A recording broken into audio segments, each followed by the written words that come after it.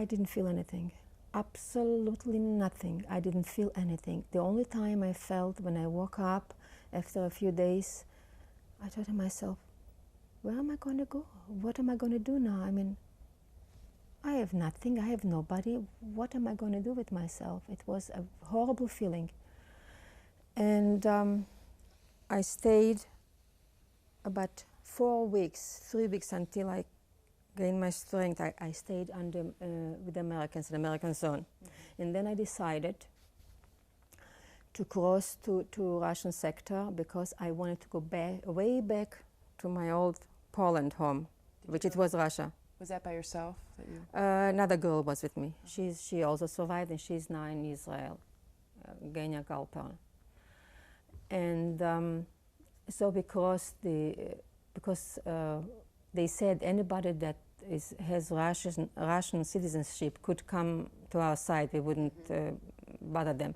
So we decided to go because I couldn't leave otherwise. I had to go back to my place of birth and find out maybe somebody is still alive, because I didn't really know exactly how they died.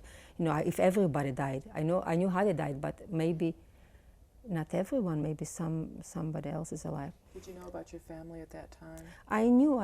Yes, I knew, because I told you when I was in Pruzhana, they told us that some of them died in the fire, some of them died on the spot, because they were fighting the Germans, you know, not to be taken alive, and some were taken alive, so they died in Bronagura.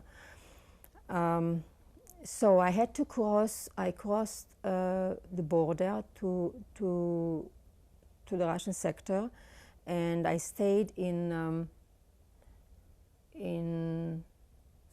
Salzheim, I think the name was, and I registered that I want to go back to my place where I was born, and we had to wait for a transport. They had to take their soldiers back. They had to clean out some of the German goodies, you know, to take back, and we were the last.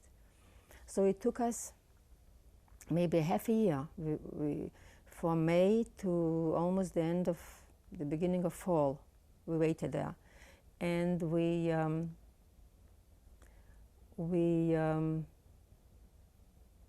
got on a transport, and we came back to Bereza-Kartuska, to Pruzhany first, because this is where we stopped, because we knew in Bereza there were nobody, no Jews, you know, we heard it. And we came to Pruzhany, and I found out that my husband of now was alive. Somebody told me. I asked who's alive. They mentioned names I didn't know, and then they mentioned his name. And of course, I was very happy because I knew him. He knew me. That's the only person I knew. The rest I did not know. And then the first thing I did is went to Bereza. It's not too far. I took the train. I went to my town, and I found shambles. There were, because the ghetto was burned. The other homes were bombarded from Russian and German and Russian. It was nothing. It was very few homes there. And when I met some of my neighbors, they told me exactly what happened with my family. So I went back to Pruzhany, and I stayed there for a while, and Ed and I got married in 46, February 46. And I knew I'm not going to stay there because it wasn't my way of life. The first question they asked me when I came to register, they didn't ask me, how did you survive? They asked me, why did you survive?